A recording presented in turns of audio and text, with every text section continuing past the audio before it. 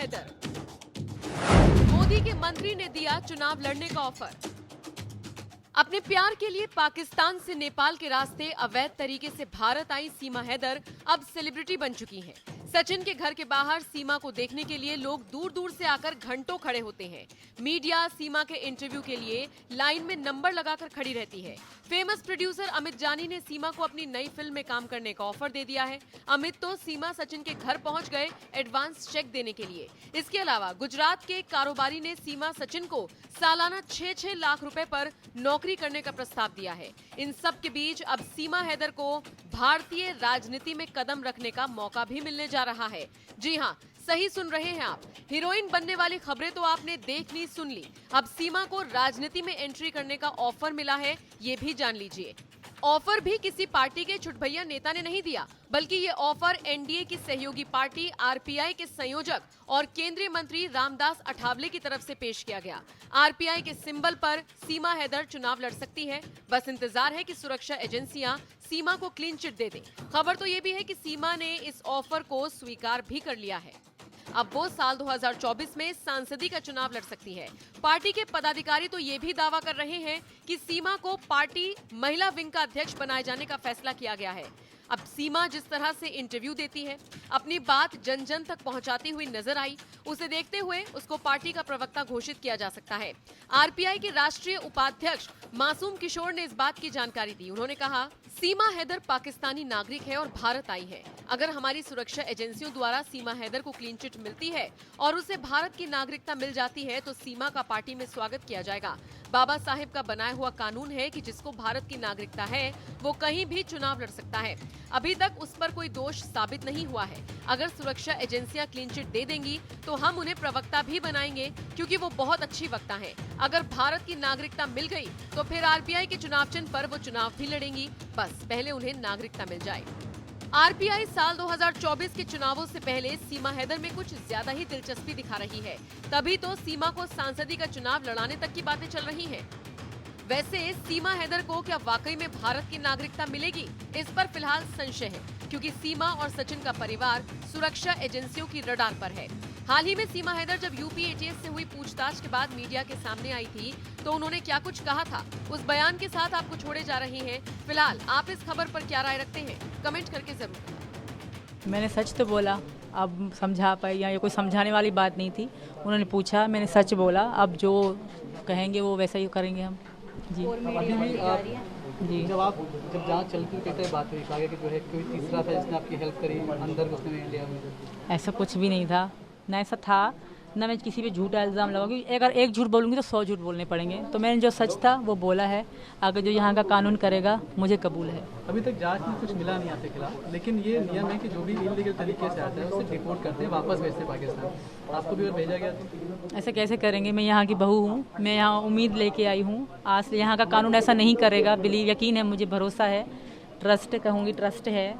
तो मैं यहाँ की बेटी हूँ, यहाँ की बहू। पाकिस्तान मुझे मतलब वो आना, वो मुझे मेरे लिए मतलब पराया देश बन चुका है। होटल वाले ये कह रहे हैं कि आप नाम बदल के रह रहे थे, आधार कार्ड सचिन लेके गए थे, यहाँ से क्या कुछ है? ऐसा कुछ भी नहीं है। वो हमारे साथ फैमिली की तरह रहते थे। वो पता नहीं क्यों कह रहे हैं, हमने नाम लिखवाया ही नहीं था। पहली बात, उन्होंने लिखा ही नहीं था, पहले ये थे तो उन्होंने से पूछा था और हमने पैसे पेमेंट करी थी। वहाँ पे इतनी सख्ती नहीं होती। तो होटल वाले बहुत अच्छे थे, फैमिली की तरह रहे थे। वो ज़ाहिर अब खुद को बचा। क्या फर्जी आधार कार्ड थे आपके पास? नहीं, बिल्कुल मेरे पास जो सही आधार कार्ड थे। हाँ बिल्कुल मनाती थी, 2 मना चुकी हूँ मैं पीछे। वो मेरी वीडियो भी इंस्टाग्राम में है और वायरल भी हो रही है। एक लाल साड़ी थी, एक गुलाबी साड़ी थी मेरी। मैंने 2 साड़ी भी खरीदी थी। मैं वापस नहीं जा सकती, वहाँ मेरे लिए बुरी मौत इंतज़ार कर रही है। तो यहाँ का कानून ऐसा गलत नहीं करेगा मेरे साथ। और आप सबसे भी रिक्वेस्ट है कि सपोर्ट में बोलो। जिस तरह गलत बोल रहे हो, भाई को बॉयफ्रेंड, बाप को बॉयफ्रेंड, इस तरह मत बोलो। हमारी भी इज्जत है, आत्मा सम्मान है। जी हम लोग यही, हमारी जांच चल रही थी सर, इसी कारण। जी जांच का अनुभव कैसा है आपको?